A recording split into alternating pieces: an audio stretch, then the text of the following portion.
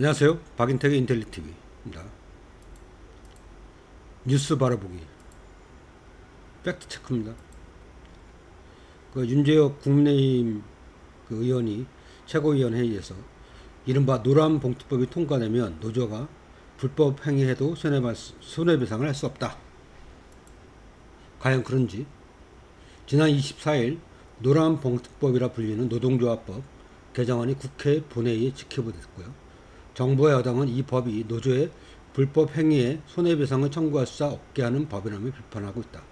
그러나 기업이 노조의 불법 행위에 대해 손해배상을 청구할 수 있는 기존 노동조합법 조항은 개정안에도 그대로 남아있다.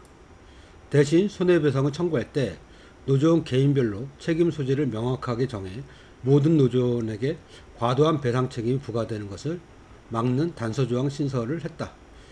이게 최근에 대법원 판결 내용하고 똑같죠. 따라서 노란봉투법이 통과되면 기업이 노조에게 손해배상을 청구할 수 없다는 주장은 전혀 사실이 아닙니다. 아님이 드러났다. MBC가 팩트체크를 했습니다. 그러니까 유승민 전 의원이죠. 싱가포르와 홍콩에서 외국인 가사 노동자 도입 이후에도 저출산을 해결하지 못했다. 이거에 대한 팩트체크입니다. 과연 그런지 안 그런지 보시죠. 정부와 서울시가 저출산 해결책으로 검토 중인 싱가포르, 홍콩식 외국인 가사 노무미 제도에 대해 일각에서 적절한 대응이 아니라는 비판도 있다. 싱가포르 합계 출산율과 신생아 수를 살펴보니 제도 도입 당해 4만 명에 못 미치던 신생아 수가 몇 차례 5만 명을 넘어서기도 했으나 두 지표 모두 대체로 하락세를 보이고 있다. 2022년에는 합계 출산율이 1.04로 최저점을 찍었다. 홍콩의 합계 출산율과 신생아 수도 대체로 하락세로 2021년 합계 출산율은 우리나라보다 더 낮은 0.77을 기록하고 있다. 따라서 유승민 전 의원의 주장을 대체로 사실이라고 할 수 있다라고 YTN이 팩트체크한 결과를 밝혔습니다.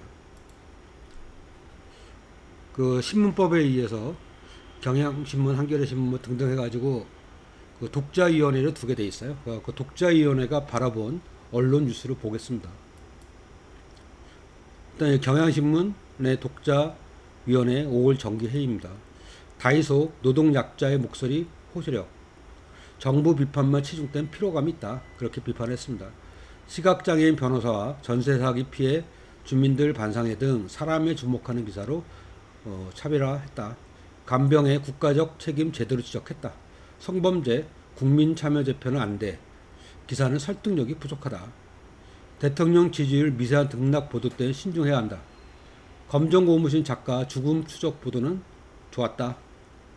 이렇게 이제 독자위원회에서 평가를 했어요. 한 달에 한 번 합니다. 독자위원회는. 한겨레의 독자위원회예요. 여기는 이제 열린편집위원회라는 명칭을 사용합니다. 어젠다 제기 넘어 대안도 관심을 가져주길 바란다. 다 아는 일이냐 쓴 기사 너무 어렵다. 유튜브나 SNS에 올린 컨텐츠들도 눈높이가 높아 친근한 접근이 아쉽다. 희망 주는 밝은 내용이 많아졌으면 좋겠다. 한국 사회에 고착화된 정파인식, 적극적으로 탈피하려는 시도가 필요하다. AI 등 신기술과 젊은 세대 문제 쉽게 이해하고 공감하게 전해주길 바란다. 중앙일보 독자위원회입니다. 우울증 갤러리 기획, 사회적 원인 극복 사례도 다뤘으면 좋았을 거다. 기획면, 정치면, 종합면 기사들 지면 벤치하는 원칙이 뭔지 궁금하다. 이건 뭐냐면 기사의 중요도를 평가할 때 그 기준이 뭐냐 이거에 대해서 의문이 제기한 겁니다. 범죄 피해자 구조 허점 지적했지만 자칫 법원 직원의 문제로만 비칠 수도 있다. 일본 오염수를 처리수로 변경한 기사 정부 입장만 대변한 듯해 불편했다. 윤석열 정부 1년 평가 기사 아쉽다. 낮은 국정 지지율 비판이 있었어야 된다. 동아일보입니다. 전세 사기 범죄와 사고 구분하고 제도적 해법을 제시했어야 된다. 간호법은 여야 대립만 짓기보다 총선을 의식한 속내를 지적했어야 맞다. 이렇게 독자위원들이 지적했습니다. 언론들이 이걸 깊이 이제 받아들여야 되는데 이게 주요 면에 보도가 안 돼요. 독자위원회 회의 결과가. 갖고 소속 기자들이 그 주의 깊게 보지 않는 한은 보기 힘들거든요. 이렇게 지적하는 독자위원들의 그 보도를, 기사는 주요면에 보도를 해서 그 소속 기자들도 다 알아가지고 이렇게 그걸 반영을 해야죠, 편집에. 참고로 방송사는 시청자위원회라는 조직이 있습니다. 방송법에 의해서 의무적으로 만들어야 되고요. 매일경제로 보는 경제신문의 시각입니다. 매일경제 등 경제신문은 100% 보수신문이라고 그랬죠.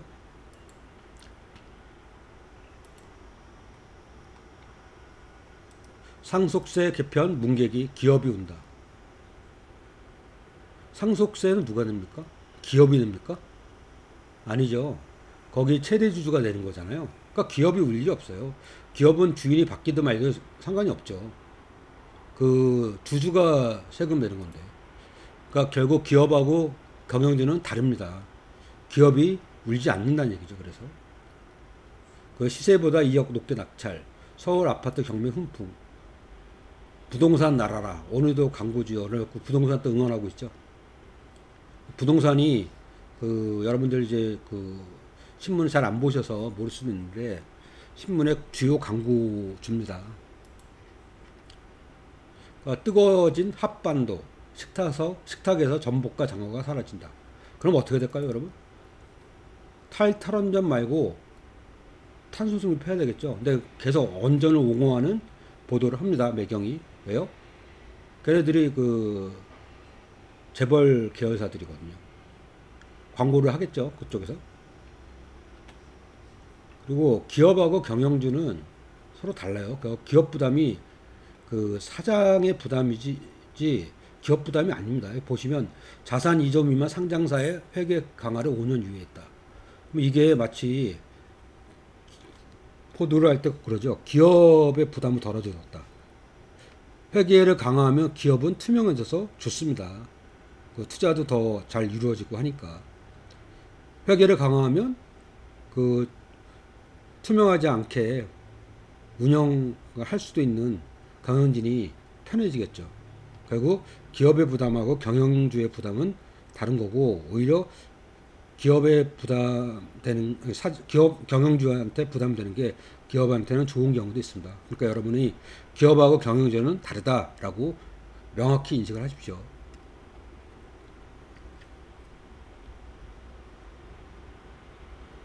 법인세 낮추자 투자가 돌아왔다. 현대차그룹 8조 원, 그 해외 자회사한테 이제 8조 원을 배당을 받았대요. 그 전에는 이거보다 약간 적게 받았던 모양이에요. 그러니까 그래갖고 이걸로 이제 투자를 하겠다 이런 얘기인데, 그러니까 해외 자회사 배당금이 이중과세를 폐지했거든요. 그러니까 해외 이제 회사가 있으니까 거기서 그 법인 소득세를 낼 거 아니에요, 그 나라에. 근데 그 배당금에 대해서 또 우리나라에서 그 과세를 하는 거는 똑같은 소득에 대해서 이중과세 하는 거 아니냐라는 얘기가 있었고 폐지를 한 거예요. 외국도 이제 이중과세 안 하는 경우가 많습니다. 근데 이게 문제가 아니고 재벌 감세에 대해서 빛은 비추면서 그림자는 가리고 이제 보도를 한다는 거죠. 지금 그 세수가 모자라갖고 난리잖아요. 동봉투 의혹 감싼 방탄민주당. 한겨레죠. 진보적 곳을 내는. 또 경향신문이에요. 돈봉투 혐의 윤관석, 이성만 체포한 부결. 혁신 거듭찬 민주당. 다 비판하고 있습니다. 아주 세게. 한겨레신문은 이제 그 한동훈이 이제 장관이 이제 또 자국을 했다. 돈봉투 혐의 받는 20명이 여기 계시다. 그러면서. 그러니까 민주당에서 고성으로 항의도 했다는데 보면 한동훈 법무장관이 이제 체포동의 요청 이유를 설명하면서 일부 의원들이 향해서 돈봉투 받은 혐의를 받는 사람들이라고 지칭을 한 거죠.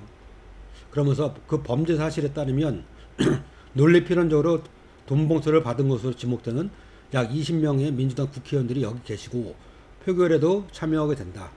돈봉투 돌린 혐의를 받는 사람들의 체포 여부를 돈봉투 받은 혐의를 받는 사람들이 결정하는 것은 공정하지도 공정해 보이지도 않는다.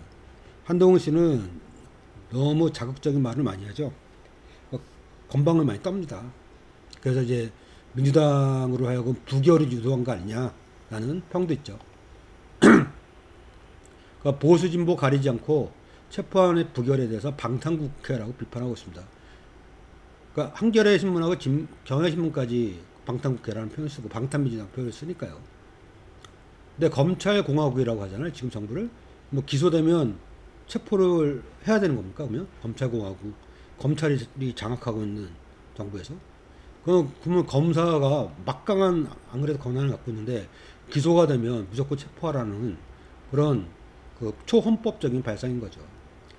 오히려 검찰 권한의 악용을 막으려고 헌법에 국회의원 불체포 특권이 보장되어 있는 겁니다. 그러니까 방탄 프레임에 가려진 민주공화국인 우리나라의 삼권 분립. 그러니까 삼권 분립이 확실히 돼 있는데 그거에 대해서 자꾸 방탄 프레임에 의해서 그 문제가 되는 거죠. 행정부인 검찰이 집행을 하고 입법부인 의원들이 의결하고 사법부인 판사들이 판결하잖아요. 검찰이 집행했다고 입법부에서 자기 그 소속 국회의원들의 체포안에 대해서 투표하면 안 되고 이제 무조건 체포하게 해야 된다 이렇게 얘기해서는 안 된다는 거죠. 뭐 행정부하고 입법부하고 사법부가 엄연히 삼권이 분립되어 있고 그런데 최근에 이제 대법원에서 그 노조의 불법 행위에 대한 그 손해배상 소송에서 노동자 개인의 그 불법 행위 참여 정도 여부를 개별적으로 판단해서 그 배상 책임을 물어야 된다는 판결을 했더니 그 여당에서 입법부에서 난리치는 거 아니에요. 대법원 판결 잘못했다고. 그것도 삼권 분립이 위배되는 거죠. 그러니까 구조조정 넉놓은 한국, 부활한 일반. 그러니까 팬데믹 기간 그 우리나라 기업의 비용은 급증했는데 일본은 감축을 했다는 거예요. 근데 여기 내용에 자기들도 인정을 해요.